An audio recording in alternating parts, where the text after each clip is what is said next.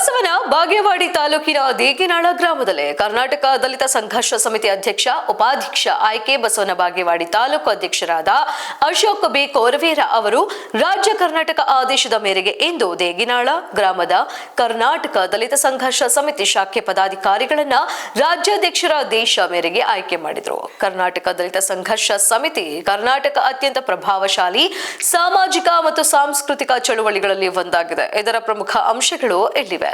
ಸ್ಥಾಪನೆಯಾದ ವರ್ಷ 1974ರಲ್ಲಿ ಭದ್ರಾವತಿಯಲ್ಲಿ ಸ್ಥಾಪಿಸಲಾಯಿತು.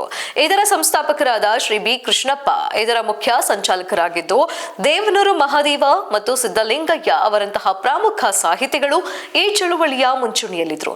ದಲಿತರ ಮೇಲೆ ದೌರ್ಜನ್ಯಗಳನ್ನು ತಡೆಯುವುದು, ಜಾತಿ ಪದ್ಧತಿಯ ನಿರ್ಮೂಲನೆ ಮತ್ತು ಸಮಾನತೆಗಾಗಿ ಹೋರಾಡುವುದು ಇದರ ಮುಖ್ಯ ಉದ್ದೇಶವಾಗಿದೆ. ಶಿಕ್ಷಣ ಸಂಘಟನೆ ಹೋರಾಟ ಎಂಬ ಅಂಬೇಡ್ಕರ್ ತತ್ವದಡಿ ಈ ಸಮಿತಿ ಕಾರ್ಯನಿರ್ವಹಿಸುತ್ತದೆ.